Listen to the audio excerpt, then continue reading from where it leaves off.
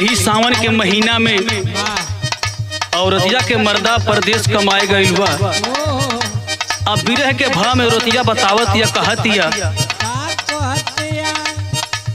कि हरियर होई जाले जवनिया, हरियर होई जाले जवनिया, जब जब बरसे सवनवाना।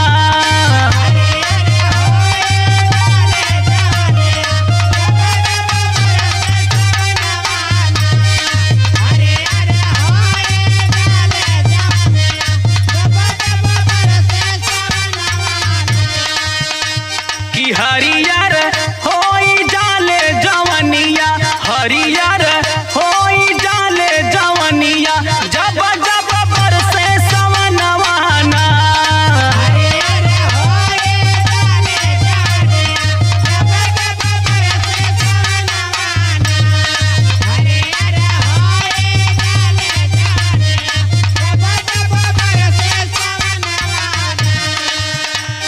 झुर झुर बहे पवन पुरवाई, आसो झलुआ के हो झुलाई।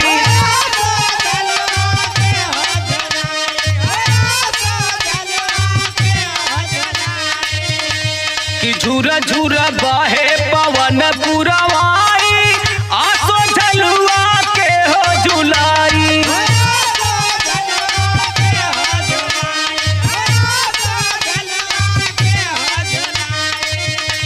कि झुर झुर बहे पवन पुरवाई, आसो झलुआ के हो झुलाई।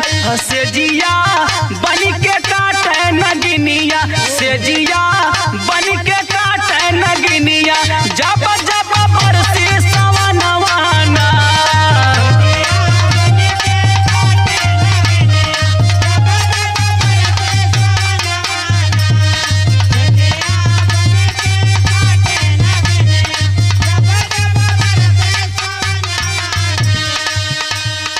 औरतिया कहता होते बलमू खेत जोताई, फार नीचे तक धसवाई।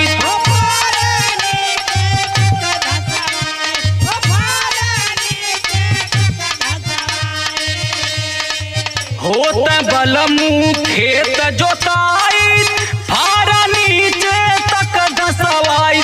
मिली के दोनों करी तरो पनिया, मिली के दोनों करी तरो पनिया, जब जब बरसे सवनवाना।